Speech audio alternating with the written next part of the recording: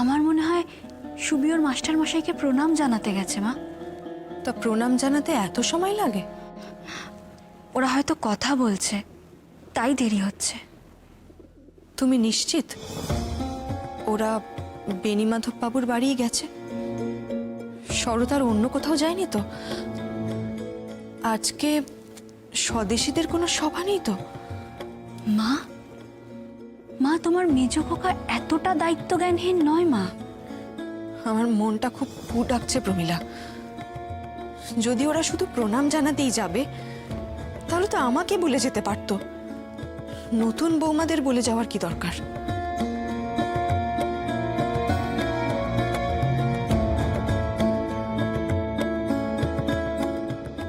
উমা, এ কি কাণ্ড!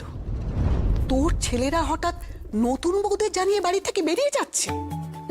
আশ্চর্য! এটা কি ধরনের কথা প্রভা? নতুন বউরা এই সংসারে কি জানে? তুই হলি মা। দিদা থাক না, এখন এসব কথা থাক। মা আমি বলি কি, তুমি কাউকে পাঠাও, বেণীমাধব বাবুর বাড়ির দিকটা একবার ঘুরে দেখে আসো। সুনীল, তুই একটু আশেপাশেটা ভালো করে দেখে আয় তো। শরৎ হয়তো কাছাকাছি কোথায় আছে, যা।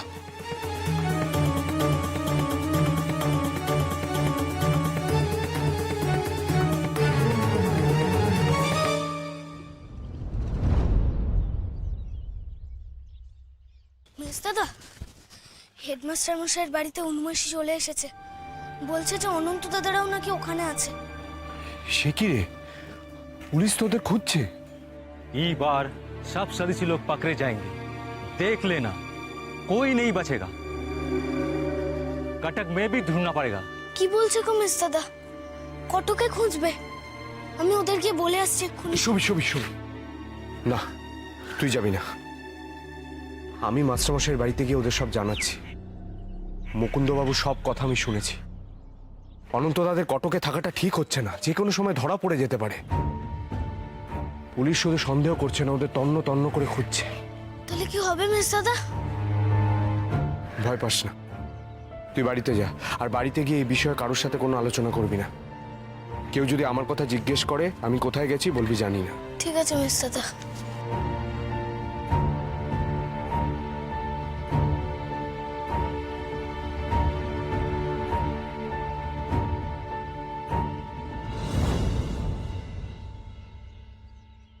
হ্যাঁ রে সুবি, তুই এইখানে? মেস দাদা কোথায়? মেস দাদা জানি না তো। আমি তো হেডমাস্টার মশাইয়ের বাড়ি থেকে ফিরছি। দেখেছো কাণ্ড? ওইদিকে যে বাড়িতে হইচই পড়ে গেছে। আজ মেস দাদার কি অনুষ্ঠান আছে না? এখন তো হেডমাস্টার মশাইয়ের বাড়ি যাওয়া যাবে না নতুন দাদাকে নিয়ে।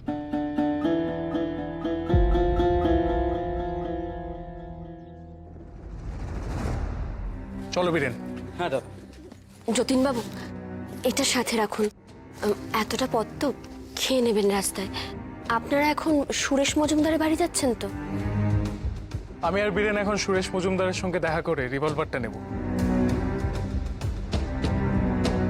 তারপর যাব আমরা সুন্দরবনের বাদা অঞ্চলে। বাদা অঞ্চল সে তো জলে ভর্তি, আর লোকজনও তেমন। সকলের যেখানে অসুবিধা সেখানেই তো নিজেদের সুবিধা করে নিতে হবে। ওই জলে জঙ্গলে ভরা জায়গাগুলোতে গুলি চালানোর অভ্যেস করতে হবে, এতে ধরা পড়ার সম্ভাবনাও কম। আমরা তাহলে চলি, আর এক মুহূর্ত সময় নষ্ট করা যাবে না। তোমরা সকলে সাবধানে থেকো। অনন্ত, কটকে তুমি জোরালো সমিতি তৈরি করো। আমাদের যুগান্তর দল নতুন করে তৈরি হচ্ছে। আমাদের লক্ষ্য একটাই, সারা ভারতবর্ষে সশস্ত্র অভ্যুত্থান তৈরি হবে। ঘুরে দাঁড়াবো আমরা। ইংরেজদের বন্দুকের সামনে কপাল ঠেকিয়ে নয়, বন্দুকের সামনে বন্দুক নিয়ে। আমরা কটকে নতুন করে দল শুরু করব, নতুন করে ছেলে মেয়েদেরকে নিয়ে আসবো দলে। একদম তাই। যাদের মধ্যে সম্ভাবনা আছে বলে মনে হবে তাদেরকে সুন্দরবনের আড্ডাতে পাঠিয়ে দেওয়ার ব্যবস্থা করব। এই কাজ দিদিও করতে পারে। ঘরে ঘরে আমাদের যোগাযোগ করার ব্যবস্থা করতে হবে, মানুষজনের পাশে থাকতে হবে, যাতে কেউ আমাদের ডাকাত না ভাবে। তাই হবে যতীনবাবু। আপনার শামসুলের হত্যার জন্য বেরিয়ে পড়ুন। আমরা এই দিকটা সামলাচ্ছি। সবকিছু হয়ে গেলে আমাদেরকে কলকাতায় ডেকে নেবে। বন্দে মাতরম। বন্দে মাতরম। বন্দে মাতরম। মাস্টারমশাই, আমরা তাহলে চলি। এই যতীন আর তার দলের জন্য আপনি যা করলেন,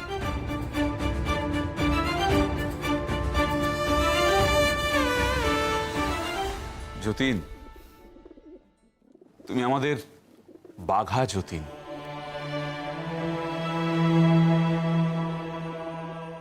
আর আমি যা কিছু করেছি সবই দেশের জন্য। আমাদের জন্য প্রার্থনা করো অনু দিদি। মরতে হয় আমরা মরবো, কিন্তু ওই শয়তানটাকে মেরে মরবো। বেশ, তাই প্রার্থনা করব। নিজেরা তো প্রাণ দিতে পারবো না, নিজেদের ভাইদের বলি দিয়ে না হয় পুজো দেবো আমরা। সাবধানে থেকো ভাই।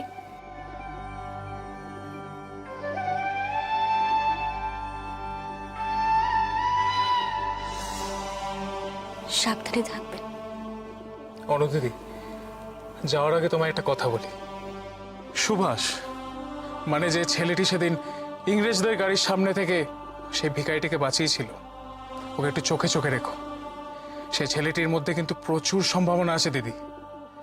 আমার মন বলছে আর কিছুদিন পরেও নিজেকে দেশের জন্য নিবেদন করবে। সেই মনটা আছে ওর মধ্যে।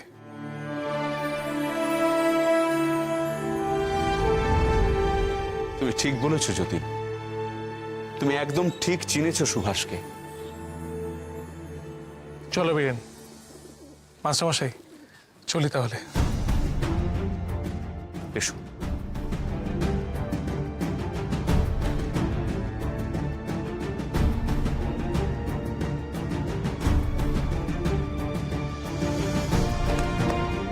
এসো।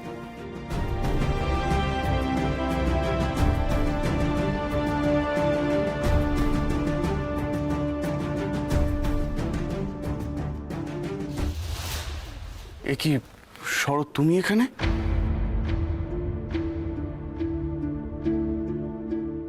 সুভাষ তো চলে গেছে। জানি অনন্তদা, আমি তোমাদের সাবধান করতে এলাম। পুলিশ মহলে বলা বলি করছে যে কলকাতায় নাকি গোড়া পুলিশরা ধরপাকড় করছে, আর তারা হয়তো ছোট ছোট শহরেও হানা দেবে। ডিএসপি শামসুল আলমের কথা বলছিল। অনন্তদা, তোমাদের এখানে থাকাটা ঠিক হচ্ছে না। যে কোনো মুহূর্তে বিপদ ঘটতে পারে। অনুমাসী, অনুমাসী, তোমারও এখানে থাকাটা ঠিক হচ্ছে না। শরৎ, তোমার আজ না বৌভাত? তুমি এই কথা বলতে এখানে এসেছো? তুমি এক্ষুনি বাড়ি যাও। আর আমরা নিজেদের নিয়ে পরোয়া করি না, আমাদেরকে কটকেই থাকতে হবে। আর ওদের কাছে আমাদের বিরুদ্ধে কোনো প্রমাণ নেই, এত সহজে আমাদের ওরা ধরতে পারবে না। কিন্তু অনু, আমি শুনেছি টেগার সাহেব নকল প্রমাণ তৈরি করতে ওস্তাদ। কি হবে আমি কিচ্ছু জানি না। শুধু একটা জিনিস জানি, যে স্বাধীন ভারতবর্ষের স্বপ্ন আমরা দেখেছি সেটা একদিন না একদিন সফল হবে। এভাবেই যদি আমিও এই স্বপ্নের জন্য নিজেকে নিবেদন করতে পারতাম, আমার পথ হয়তো আলাদা হতো, কিন্তু বাঁচার মতো করে বাঁচতে পারতাম। এরা কাউকে ভয় পায় না, কোনো পিছুটান রাখে না জীবনে। তাই টেগার্ড বা শামসুলের মতো ভয়ঙ্কর প্রতিপক্ষকেও ভয় পায় না। কিন্তু আমার তো তা নয়। এদিকে এসো, বলো তোমার মেজদাদা কোথায়? কোথায় গেছে তোমার মেজদাদা? সুবি, বলো আমাকে। না, ভাত কাপড়ের থালাটা সতীশের হাতে দাও। সতীশ, নে। এবার বউয়ের হাতে থালাটা দিয়ে বল যেটা বলতে বলেছি। এই শাক ভাজা, উলু দাও। কি হলো, তুমি চুপ করে আছো কেন? তুমি বুঝতে পারছো আজকের দিনে তোমার মেজদাদার এখানে থাকাটা কতটা দরকার ছিল? আমি সবকিছু ছেড়ে তোমার কাছে এখানে জানতে এলাম তোমার মেজদাদা কোথায়, আর তুমি চুপ করে রয়েছো। মা, মেজদাদা হেডমাস্টার মশাইয়ের বাড়িতে গেছে একটা কাজ করতে। তার মানে তুমি সত্যি কথাটা আমাকে বলবে না? তখন থেকে সেই এক কথা, যতবার জিজ্ঞেস করছি ততবার বলছো কাজে গেছে। কি কাজ সেটাই তো জানতে চাইছি। কেউ যদি আমার কথা জিজ্ঞেস করে আমি কোথায় গেছি বলবি জানি না। ঠিক আছে মেজদাদা। মেজদাদা যে বারণ করলো বলতে, কি করি এখন আমি? মাও তো কষ্ট পাচ্ছে, রাগ করছে। কি শুরু করেছো বলো তো তোমরা? তোমার মেজ দাদাকেও বলিহারি, বাড়িতে এরকম অনুষ্ঠান, বাড়ি থেকে বেরিয়ে চলে গেল। কোথায় গেল কেউ কিচ্ছু জানে না। তুমি বা কেন গেছো? সবকিছুর মধ্যে তুমি কেন জড়াচ্ছ নিজেকে? তোমার বাবা যদি জানতে পারেন কতটা রাগ করবেন ভাবতে পারছো? আজ থেকে 7 জন্ম ধরে তোমার ভাত কাপড়ের দায়িত্ব নিলাম আমি।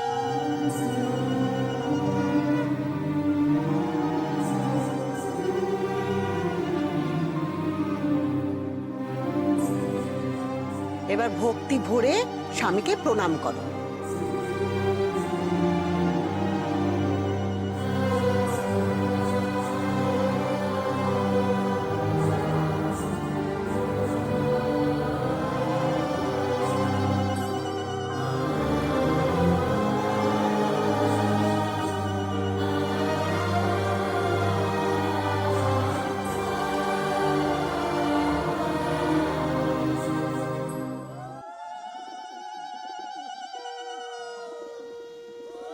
বিভা, এসো আমার সাথে।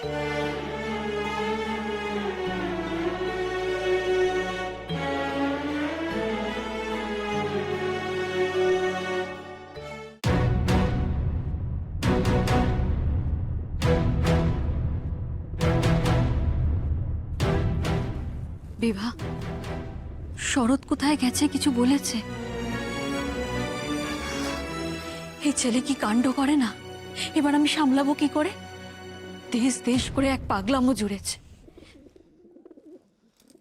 আমায় একটা কথা দেবে ভাই? আমার ভাইটাকে সংসারে বেঁধে ফেলো। বিভা, বিভা, এই স্বদেশিয়ানা করতে গিয়ে আমাদের দেশের অনেক ছেলের জীবন নষ্ট হয়েছে, কত ছেলে পিছিয়ে পড়েছে। আমার ভাইগুলো যদি বিভা, বাবা মশাই আর মায়ের অনেক আশা জানো তাদের ছেলেদের নিয়ে। আমার ভাইগুলোর জীবনটাও যদি নষ্ট হয় তাহলে মা আর বাবা মশাই সহ্য করতে পারবেন না। শরৎ তোমার কথা শুনবে, আমি বলছি শুনবে। ও যখন তোমার দায়িত্ব একবার নিয়েছে তাহলে ও তোমার কথা নিশ্চয়ই শুনবে। আমার ভাইয়ের দায়িত্ব জ্ঞান খুব বেশি। তুমি যে করে হোক ওকে সংসারে বেঁধে ফেলো বিভা। তুমি আমার কথা রাখবে তো?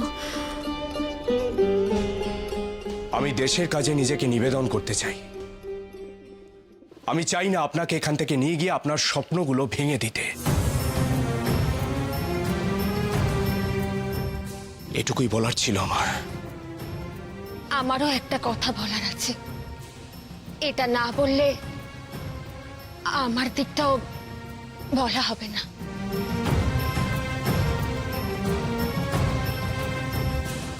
আমি কিন্তু কোনোদিনই আপনার আর দেশমায়ের মধ্যে আসতাম না।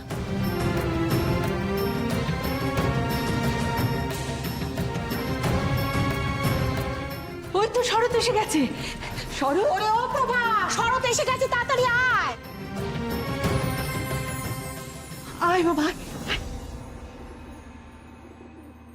দাঁড়া এখানে। আচ্ছা কোথায় গেছিলিস বলতো? সবাই তোকে খুঁজে পাচ্ছিল না। আব্দুল, বলরাম সবাই গেছে। সত্যি বাপু, এদিকে বউয়ের হাতে ভাত কাপড় দেওয়ার সময় চলে যাচ্ছে, এরপর নতুন বউরা বড়দের পাতে ভাত দেবে। এই এত কিছু নিয়ম এইটুকু সময়ের মধ্যে কি করে হয় বলতে? কি আমার এইসব ভালো লাগছে না।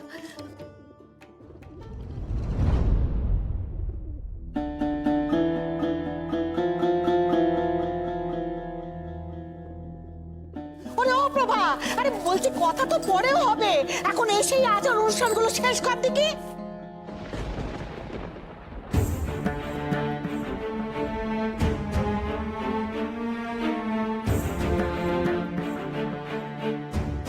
শরৎ, ভাত কাপড়ের থালাটা বউয়ের হাতে দিয়ে বল, আজ থেকে 7 জন্ম ধরে তোমার ভাত কাপড়ের দায়িত্ব নিলাম।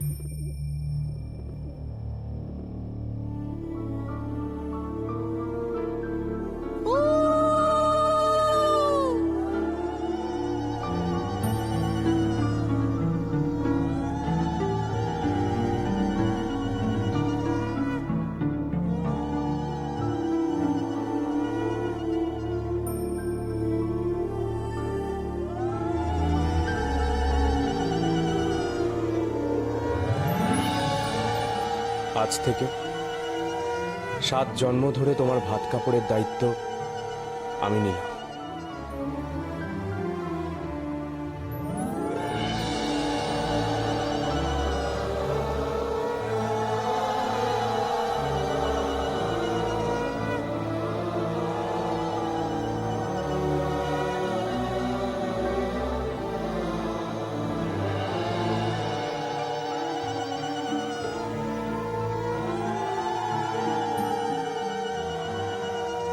নাও, ভক্তি ভরে স্বামীকে প্রণাম করো।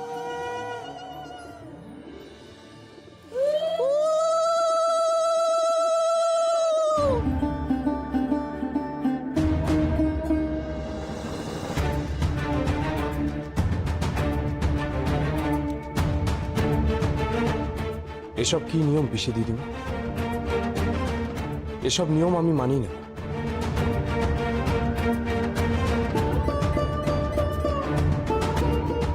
প্রণাম করা কি আছে? আগে আমি প্রণামে যোগ্য হই, তারপর প্রণাম নেব।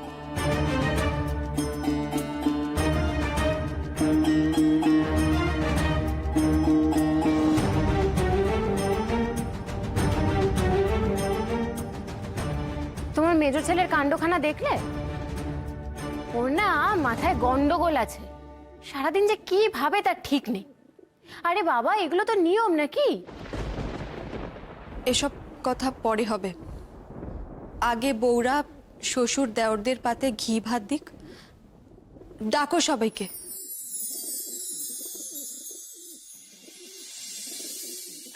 ওরে কি হলো, কি বউদের হলো? তাড়াতাড়ি নিয়ে আয়, ভাত দেবার সময় হয়ে গেল তো।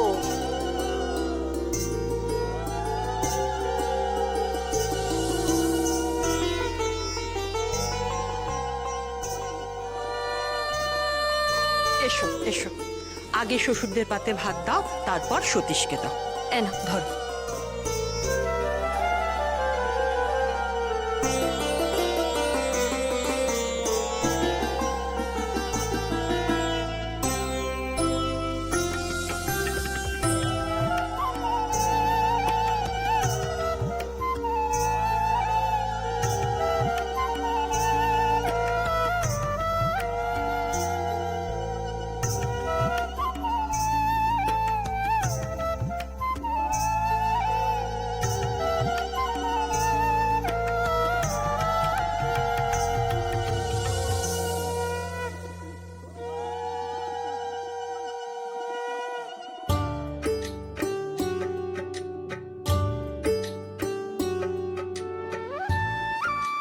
মেজো বউ, এবার তুমি যাও, গিয়ে শ্বশুরের পাতে ভাত দাও, তারপর শরতের পাতে ভাত দেবে, কেমন?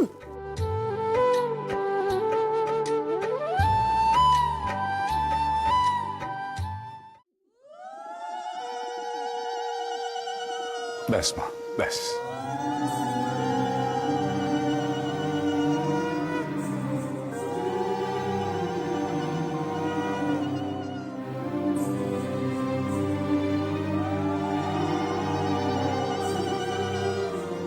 বিভা, শরৎকে কিন্তু ভাত দিতে দিতেই মন্ত্রখানা গুণ করে ফেলো। বাবা প্রমি, তুই কি গুণ করার কথা বলছিস রে? এটা আমার আর বিভার গোপন ব্যাপার। বিভা, শরৎকে এমন ভাবে সংসারে বেঁধে ফেলতে হবে যাতে দেশ দেশ করে মেতে উঠতে না পারে। এভাবে কেন বলছো বড়দিদি? কেউ কাউকে ওভাবে বাঁধতে পারে নাকি? কিরে শরৎ, তোকে দেখে মনে হচ্ছে তুই ভেতরে ভেতরে বেশ ভয় পেয়ে গেছিস। আরে বাবা, সংসারে বেঁধে পড়ার ভয় তাই এত রেগে যাচ্ছিস? কি ঠিক বললাম তো? আমারও কিন্তু তাই মনে হচ্ছে। বুঝলে জেঠাইমা, শরতের কিন্তু খুব ভয় হয়েছে সংসারে বাধা পড়ে যাওয়ার। আমি নিশ্চিন্ত, বিভা শরৎকে ঠিক সংসারে বেঁধে ফেলবে। আমার কি সাধ্য আছে দিদি কাউকে এই ছোট সংসারে বেঁধে ফেলার, যেখানে দেশ নামের এত বড় একটা সংসার রয়েছে? তবে আমি নিশ্চয়ই চেষ্টা করব আমার কর্তব্যটুকু পালন করার। মেজ বৌদিদি, এই দেশও একটা সংসার না, আমাদের বাড়ির মতো। তাহলে সকলে যারা আমাদের দেশে থাকে তারা আমাদের নিজের লোক, তাই না? সুবি, দয়া করে এবার তোর প্রশ্নবানগুলো থামা। না হলে তোর মেজ বৌদিদি একদিনেই তোর প্রশ্নবানের ঠেলায় অতিষ্ঠ হয়ে উঠবে। এই বউ তো একেবারেই সাধারণ বউ নয়, সংসার ছেড়ে দেশের কথা বলছে। না, মাকে জানাতেই হবে।